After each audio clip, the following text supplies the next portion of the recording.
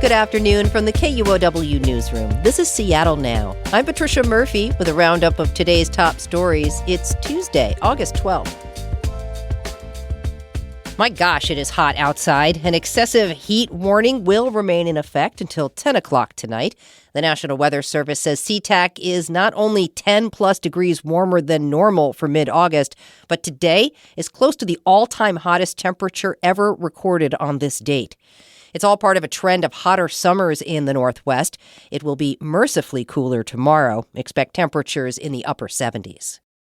Heavy smoke from the Bear Gulch fire near Hood Canal is making it unhealthy to breathe in nearby communities, including Hoodsport and Skokomish. Tom Strong is CEO of the Skokomish tribe. Oh, it's terrible. The smoke just has kind of settled across the land, and it's been like that now for a couple of days in a row. It had been intermittent before, but the last several days here have been a struggle. Skokomish officials distributed air purifiers to tribal elders at the tribe's annual first salmon ceremony on Saturday. 700 firefighters are working on the Bear Gulch fire. They've been wrapping historic buildings at the staircase area of Olympic National Park in aluminum fiberglass foil. Fire officials say there have been no injuries and no buildings lost. They expect the fire to keep burning until the return of heavy rains in the fall.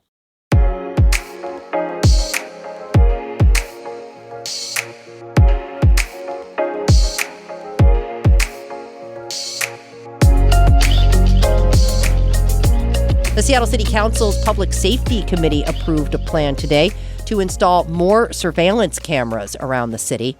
The new cameras would be installed on Capitol Hill, the Stadium District, and near Garfield High School. Last fall, the council approved a pilot program to install surveillance cameras in other parts of the city, including on 3rd Avenue downtown.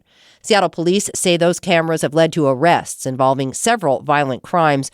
Groups like the ACLU of Washington are opposed to the cameras, saying they violate people's privacy. This year, Thing Northwest went from a weekend music festival to 4 single-day lineups in August, each one with its own style and vibe. But organizers say they were forced to cancel the Latin music-themed day due to immigration concerns. Monica Nicholsberg has more. Yuriza y su Esencia was supposed to perform at Thing Northwest this upcoming weekend, but the Latin music event was canceled.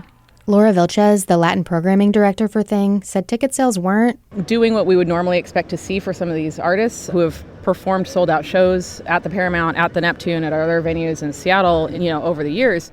Low ticket sales and trouble securing visas for artists led organizers to pull the plug. It was a very sad storm of events that happened. Vilches thinks fear of immigration enforcement suppressed ticket sales.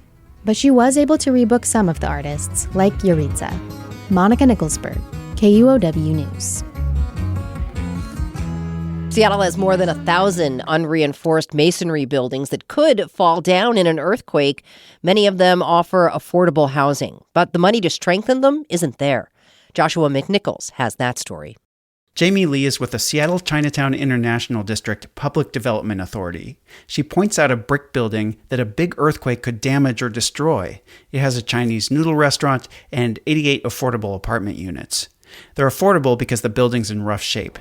This building's over 100 years old, so there's been a lot of wear and tear over the years, and there's been kind of patching it as you go. And it is a great example of a building that currently is still livable and online, but does need the retrofit. Some state legislators hope to pass a bill next year that pays to strengthen these old buildings so a quake doesn't bring them down. But with limited funds, some building owners wonder if it's easier just to tear them down and start over. Joshua McNichols, KUOW News. And we have much more on this story on the latest episode of Booming. Find it on the KUOW app or wherever you listen to podcasts.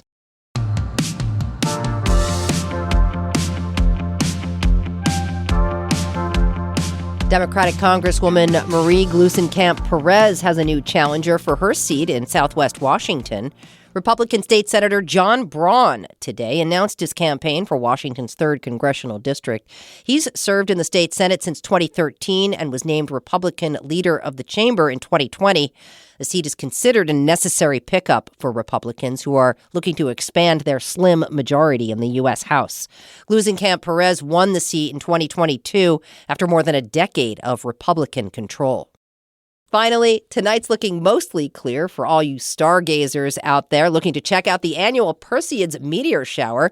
But the American Meteor Society says a bright, though not entirely full moon could make the meteors harder to see. The Perseids can produce between 60 to 100 meteors an hour.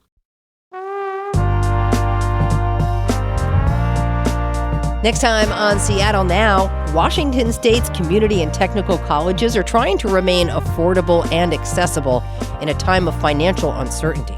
Our students are the students who also tend to, compared to at least, the four-year schools, tend to be the ones who rely on SNAP, that rely on Medicaid, that rely on all these social programs that are being cut at the federal level. Hear that Wednesday morning. And that's all for today from the KUOW newsroom in Seattle. Our producer is Andy Hurst, and I'm Patricia Murphy. Seattle Now and KUOW are members of the NPR network. See you soon.